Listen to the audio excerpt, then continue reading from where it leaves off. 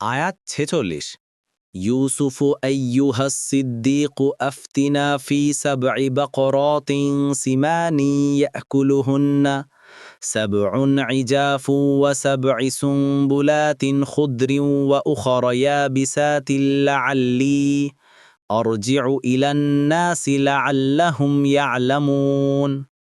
অনুবাদ, সে বলল, হে ইউসুফ, সত্যবাদী এক, ৭টি মোটাতাজা গাভী, সেগুলোকে ৭টি দুর্বল গাভী খেয়ে ফেলছে এবং ৭টি সবুজ শীষ ও অপর ৭টি শুষ্ক শীষ সম্বন্ধে আপনি আমাদেরকে ব্যাখ্যা দিন।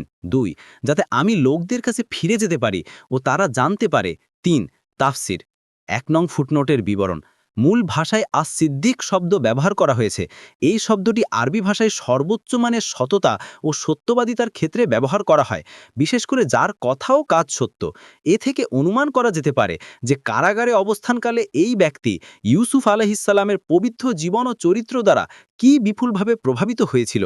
দীর্ঘকাল অতিবাহিত হওয়ার পরও এই প্রভাব কেমন অটুট ছিল, তাই লোকটি কারাগারে পৌঁছেন ঘটনার বর্ণনা শুরু করে প্রথমে ইউসুফ আলাইহিসসালামের সিদ্দিক অর্থাৎ কথায় ও কাজে সাচ্চা হওয়ার কথা স্বীকার করেছে। অতঃপর দরখাস্ত করেছে যে আমাকে একটি স্বপ্নের ব্যাখ্যা বলে দিন।